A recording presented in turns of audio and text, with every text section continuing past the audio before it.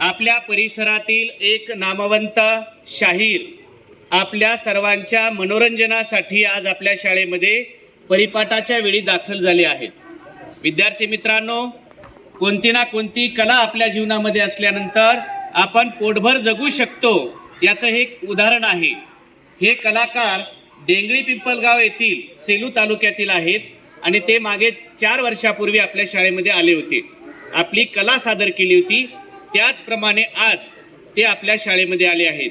विद्यार्थी मित्रांनो, एखाद्यानं आपल्याला आनंद दिला, ज्ञान दिला, तर त्याविषयी आपण कृतज्ञता बाळगली पाहिजे.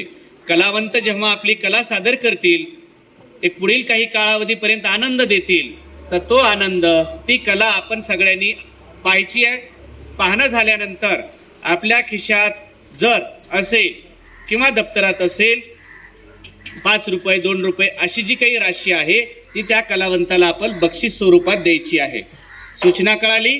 चला तर आपण त्या कलावंताचा या प्रथम आपल्या शाळेच्या वतीने, शाळेच्या मुख्याध्यापकांच्या वतीने आणि शाळेच्या मुख्यमंत्र्याच्या वतीने आपण त्यांचा स्वागत करूया. मी कलावंतांना विनंती करतो की त्यांनी मंचावर यायचं आहे.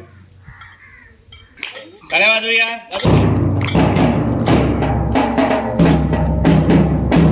आपल्या शाळेचे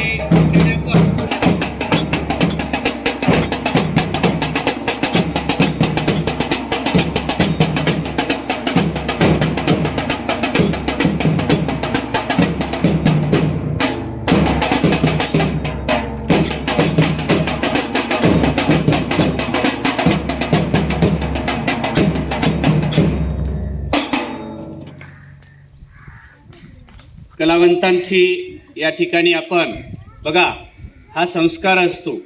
कलावंत आपण टी व्ही कलाकार किंवा इतरचेच कलाकार पाहतो, पण आपल्या अवतीभोवती असणारे हे कलावंत आहेत.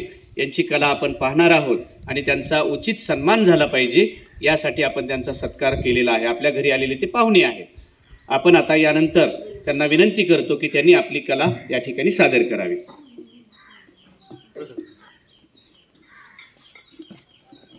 सर्व विद्यार्थी